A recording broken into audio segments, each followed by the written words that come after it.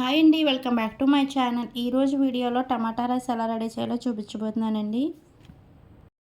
వాటికి కావాల్సిన ఐటమ్స్ ఏంటో చూసేద్దాం. ఒక గ్లాసు బియ్యాన్ని అయితే ఇలా ఉడికించేసుకున్నానండి. ఉడికిన అన్నాన్ని ఒక ప్లేట్లో తీసుకొని చల్లారి పెట్టుకోవాలి.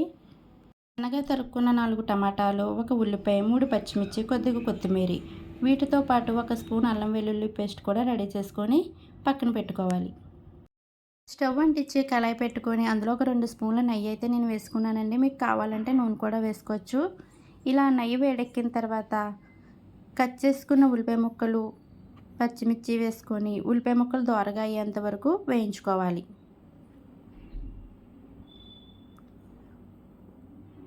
ఉల్లిపాయ ముక్కలు దోరగా వేగిన తర్వాత ఒక స్పూన్ అల్లం వెల్లుల్లి పేస్ట్ వేసుకొని పచ్చివాసన పోయేంత వరకు ఇలా వేయించుకోవాలి.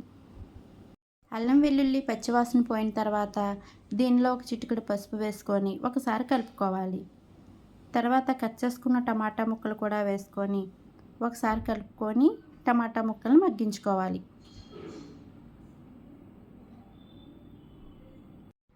టమాటా ముక్కలు మొత్తం మగ్గిన తర్వాత దీనిలో రుచికి తగినంత ఉప్పు, ఒక పావు టీ స్పూన్ కారం వేసుకొని ఒకసారి కలుపుకోవాలి.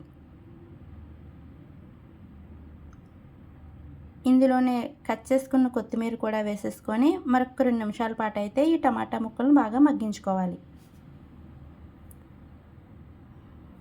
ఇలా టమాటా ముక్కలు మగ్గిన తర్వాత ముందుగా రెడీ చేసుకున్న అన్నం మొత్తం ఇందులో వేసుకొని దీనిలో ఒక పావు teaspoon garam masala powder కూడా వేసుకొని బాగా కలుపుకోవాలి.